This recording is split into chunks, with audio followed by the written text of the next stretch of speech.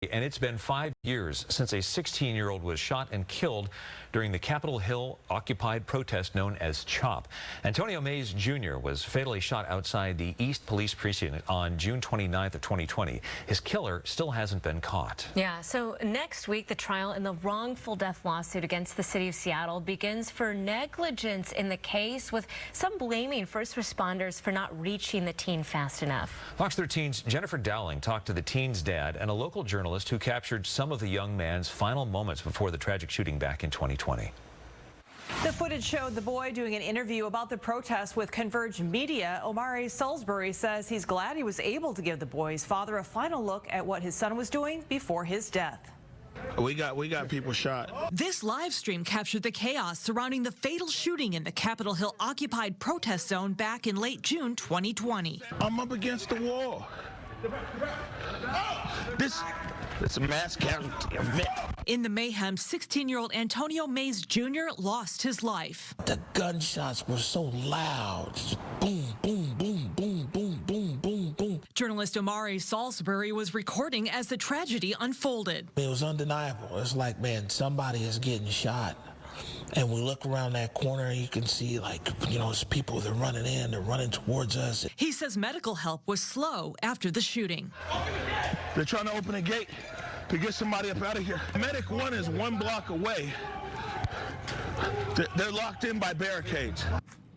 An attorney representing Antonio Jr.'s estate has since filed this wrongful death lawsuit. It states 16-year-old Antonio Mays Jr. was shot and left to die without the assistance he was entitled to by the government. It goes on to claim he was alive and conscious after being shot, and that the teen bled out while trying to escape while being barricaded at the CHOP in an area which the city abandoned. The lawsuit states it was CHOP medics who were essentially good Samaritans and attempted to provide aid, deciding at 3:05 a.m. to transport Antonio out of the CHOP for emergency assistance, rather than Seattle paramedics. Documents state a paramedics crew later met the CHOP medics at a different location to treat Mays. This clip that was found in our footage 5 years later kind of paints a picture of Antonio and what he was doing just days before his murder. Before that horrible night, Omari had taken this newly rediscovered footage of the young medic speaking at CHOP. He's at right wearing a black and yellow shirt and white mask. The police,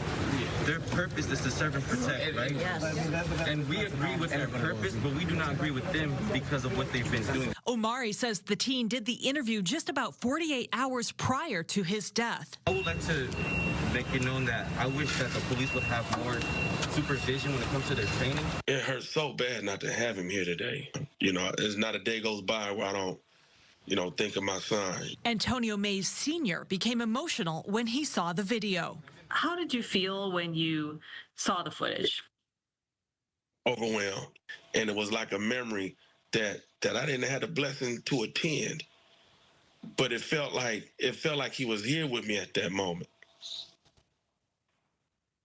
And that just overwhelmed me so much. I couldn't sleep last night. Antonio says his son was his partner in their family barbecue business and had a big heart. He says he left him a note saying he hoped to make him proud when he traveled to Seattle. My son went up there to make a difference. He advocated peacefully for additional training.